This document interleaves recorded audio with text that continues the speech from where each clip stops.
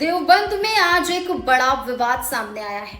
अफगानिस्तान के विदेश मंत्री आमिर खान मुत्तकी के कार्यक्रम में महिला पत्रकारों पर रोक लगा दी गई है।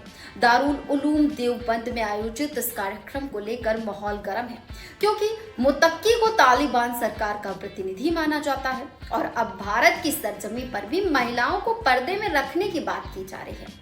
शनिवार दोपहर मुत्तकी दिल्ली से सड़क मार्ग से देवबंद पहुंचे।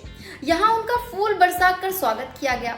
वो करीब 5 घंटे दारुल उलूम में रुकेंगे, छात्रों और इस्लामिक विद्वानों से मुलाकात करेंगे। लेकिन इसी बीच विवाद शुरू हो गया। कार्यक्रम कवरेज करने पहुंची महिला पत्रकारों से दारुल उलूम के मीडिया प्रभारी अशरफ उस्मानी ने कहा, आप पर्दे में रहकर अलग बैठी। अब सोचे, भारत की धरती पर जहां प्रेस की आजादी को संविधान ने सुरक्षा दी है, वहां पत्रकारों से कहा गया पर्दे में रहो।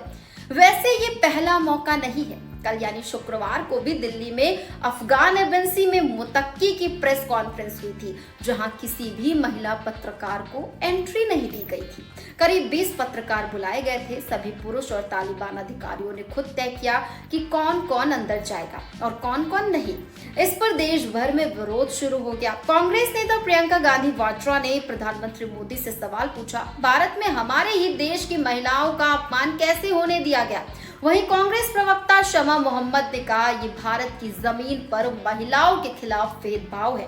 तालिबान यहां आकर अपनी सोच नहीं थोप सकता।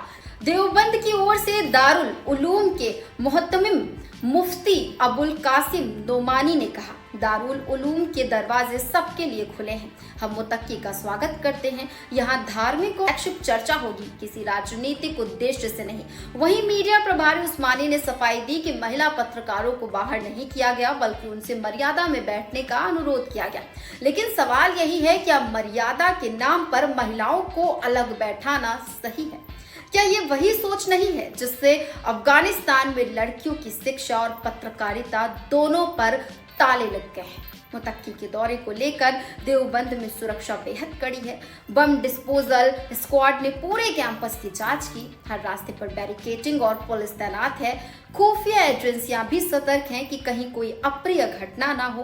दारुल उलूम के मंच से मुत्तकी छात्रों को संबोधित करेंगे, जिसे धार्मिक दृष्टि से महत्वपूर्ण बताया जा रहा है। दरअसल मुत्तकी इस वक्त दौरे पर हैं। वो 9 अक्टूबर को काबुल से दिल्ली आए थे। ये दौरा भारत अफगान रिश्तों को फिर से मजबूत करने की दिशा में देखा जा रहा है। कल उन्होंने विदेश मंत्री एस जयशंकर से मुलाकात की थी। जयशंकर ने कहा, भारत अफगानिस्तान के विकास और स्थिरता में रुचि चाहता है।